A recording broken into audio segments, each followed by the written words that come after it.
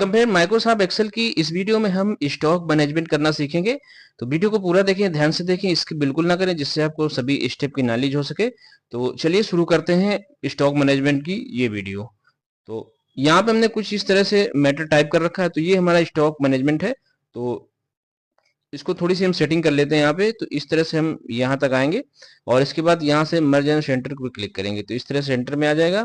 और ये हमारा एबीसी ट्रेडिंग कंपनी है, हमने एक नाम दिया है सीखने के तौर पे। तो इसको भी मर्ज एंड सेंटर कर लेते हैं तो इस तरह से आ जाएगा। इसके बाद इसमें कुछ फॉर्मेटिंग कर लेते हैं यहाँ से। तो यहाँ से चलेंगे, फिल के डाउनलोड को क्लिक करेंगे और यहाँ पे इस तरह के कलर लेंगे। इसके बाद यहाँ से टेक्स्ट कलर लेंगे यहाँ पे। तो इसके बाद यहाँ से हम इसको थोड़ा सा साइज इसका बड़ा करेंगे और इसके बाद इसको बोल्ड कर लेंगे यहाँ पे और इसका साइज थोड़ा सा बड़ा कर लेते हैं इस तरह से। अब यहाँ पे इस कंपनी के नेम को भी हम यहाँ पे चेंज कर लेंगे। यहाँ पे कोई फॉर्मेटिंग यहाँ पे तो इस तरह से हमने दिया और यहाँ से फॉन्ट कलर लिया यहाँ से और इसकी भी साइज में हम यहाँ पे थोड़ी सी ग्रोथ करेंगे इस तरह से और यहाँ से इसको बोल्ड कर देंगे इस तरह से।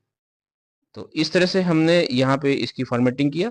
इसके बाद इसको हम बॉर्डर लगाएंगे यहाँ पे। तो हमें जितनी रेंज, हमें जितना स्टॉक तैयार करना है उतनी हम यहाँ पे बॉर्डर लगा लेते हैं। तो यहाँ हमने इतना सिलेक्ट किया एरिया और यहाँ से बॉर्डर को क्लिक किया। इसके बाद इसको भी हम यहाँ से थोड़ी सी फॉर्मेटिंग कर लेते हैं। तो यहाँ से हम डाउन एरो को क्लिक करेंगे और यहाँ से हम इस तरह का कलर लेंगे और यहाँ से इसको व्हाइट कलर लेंगे, फॉन्ट कलर, इसको यहाँ से बोल्ड कर लेंगे इस तरह से। और इसके बाद यहाँ पे थोड़ा सा हम इसको इतना सेलेक्ट करेंगे यहाँ पे और इसको भी मर्ज एंड सेंटर करेंगे और यहाँ पे हमें टोटल दिखाना है, जितना भी टोटल होगा यहाँ पे हमें नजर आएगा इस तरह से यहाँ पे। और इसकी भी हम थोड़ी सी यहाँ पे फॉर्मेटिंग कर लेते हैं। तो यहाँ से चलते हैं डाउन एरो पे और इस तरह से यहाँ पे क्लिक करेंगे और यहाँ से इसको बोल्ड करेंगे इस तरह से। तो ये इस तरह से यहाँ पे हमें इस सब का टोटल यहाँ पे दिखेगा यहाँ पे।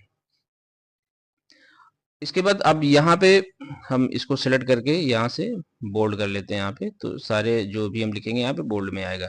इसके बाद यहाँ पे हम सीरियल नंबर डालेंगे तो 1 यहाँ पे टाइप करेंगे, 2। इसके बाद यहाँ से ये जो प्लस का इस तरह से फ्रेंड हैंडल बनेगा, इसको हम यहाँ से ड्रैग करके ड्रॉ करेंगे यहाँ पे इस तरह से। यहाँ पे इतने आइटम हमें यहाँ पे बनेंगे और इसको हम यहाँ से चाहे तो सेंटर कर लें इस तरह से। और इसके बाद यहाँ से हम इनको यहाँ से कर लेते हैं सेंटर। जो भी हम लिखेंगे वो सेंटर पे ही आएगा। तो इस तरह से हमने ये फॉर्मेट तैयार कर लिया है। और अब हम यहाँ पे आइटम नेम देंगे यहाँ पे। तो हमने यहाँ पे सीरियल नंबर लिया है, आइटम नेम लिया है, ओपनिंग बैलेंस लिया है, परचेज, करंट स्टॉक, सेल और क्लोजिंग बैलेंस। यानी यहाँ पे कुछ आइटम नेम होंगे हमारे और कुछ हमारे पास में पड़ा हुआ ओपनिंग बैलेंस यानी बचा हुआ स्टॉक होगा। इसके बाद कुछ हम नए आइटम परचेज करेंगे, इसके बाद हमारा जो करंट स्टॉक में परिवर्तित होगा। इसके बाद कुछ आइटम हम सेल करेंगे और जो बचेगा हमारा क्लोजिंग बैलेंस कहलाएगा। तो चलिए कुछ आइटम यहाँ पे परचेज करते हैं और सीखते हैं। तो अब यहाँ पे हम आइटम नेम में आइटम टाइप करेंगे और यहाँ पे इसका ओपनिंग बैलेंस और परचेज और करंट स्टॉक ये सभी स्टेप को सीखेंगे। तो यहाँ हमने ये यहाँ पे लिस्ट टाइप कर रखी है आइटम्स की। तो इसकी हम एक ड्रॉप डाउन लिस्ट तैयार कर लेते हैं जो यहाँ पे हमें बार बार टाइप नहीं करनी पड़ेगी और काम आसानी से होगा। तो उसके लिए हम यहाँ पे इस एरिया को करेंगे सिलेक्ट। इतने सेल हमने सेलेक्ट किए और इसके बाद हम आएंगे डेटा पे और इसके बाद डेटा वैलिडेशन को क्लिक करेंगे। यहाँ से डेटा वैलिडेशन को अगेन क्लिक करेंगे। इसके बाद यहाँ पे अलाउ के नीचे आएंगे एनी वैल्यू और यहाँ से हम लिस्ट को सेलेक्ट करेंगे। इसके बाद अब सोर्स को हमें सेलेक्ट करना होगा तो हम इस रेंज को यहाँ पे सेलेक्ट करेंगे, इन आइटम्स को, और यहाँ से इसको ओके करेंगे। तो यहाँ पे ड्रॉप डाउन लिस्ट का डाउन एरो हमारे सामने आ जाएगा। यहाँ पे हम इस तरह से यहाँ पे जिस पे हम क्लिक करेंगे जो भी आइटम हम चाहेंगे यहाँ पे हमारा इस तरह से आता जाएगा यहाँ पे इस तरह से। अब यहाँ पे हम आते हैं ओपनिंग बैलेंस में। मान लेते हैं हमारे पास सीपीयू कोर i3 के 100 ये जो हमारे पीस थे, यहाँ पे ये 100 ओपनिंग बैलेंस यानी पहले से हैं और हम यहाँ पे 50 यहाँ पे परचेज किए हमने मान लेते हैं। और इसके बाद हमारा जो करंट स्टॉक होगा इन दोनों को हमें प्लस करना होगा। तो इसके लिए हम इक्वल का यूज करेंगे और इसको यहाँ पे क्लिक करेंगे तो इसका सेल एड्रेस हमारा आ जाएगा C4। इसके बाद हम प्लस लगाएंगे और इसके बाद इस पे क्लिक करेंगे। तो अब जैसे एंटर करेंगे यहाँ पे 150 हो जाएगा यानी करंट स्टॉक हमारा 150 हो गया। अब इसके बाद हमें कुछ आइटम इससे सेल करना होगा। तो मान लेते हैं हमने यहाँ पे 60 यहाँ पे सेल कर दिए और इसके बाद हम आएंगे क्लोजिंग बैलेंस में। तो यहाँ पे एक फार्मूला हमें यूज करना होगा तो हम इक्वल लगाएंगे। इसके बाद इस करंट स्टॉक को सेल्स में माइनस करना होगा तो यहाँ पे इसको क्लिक करेंगे, E4 इसका एड्रेस है। माइनस का चिन्ह लगाएंगे, इसके बाद सेल को यहाँ से सेल को लेंगे, यहाँ से इस सेल का एड्रेस F4 और एंटर करेंगे तो यहाँ पे ये 90 आ जाएगा। तो इस तरह से यहाँ पे ओपनिंग बैलेंस हमारे पास 100 था, परचेज किए हमने 50 और हमारा ये करंट स्टॉक बना 150।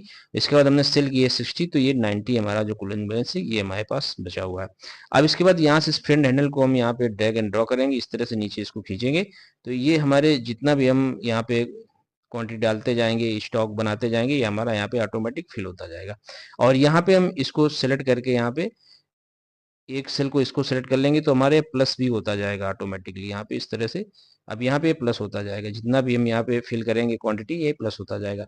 अब मॉनिटर पे आते हैं, मान लेते हैं इसकी हमारे पास में 50 यहाँ पे हमारे पास ओपनिंग बैलेंस है इसका पहले से। इसके बाद इसकी हमने 50 यहाँ पे हमने इसको परचेज किया। तो अब यहाँ पे इसका फार्मूला हमें बार बार नहीं लगाना, तो उसको हम यहाँ पे इसको फिर नेल को इसको नीचे को ड्रैग करेंगे तो ये हमारा ऑटोमेटिक यहाँ पे आएगा इस तरह से।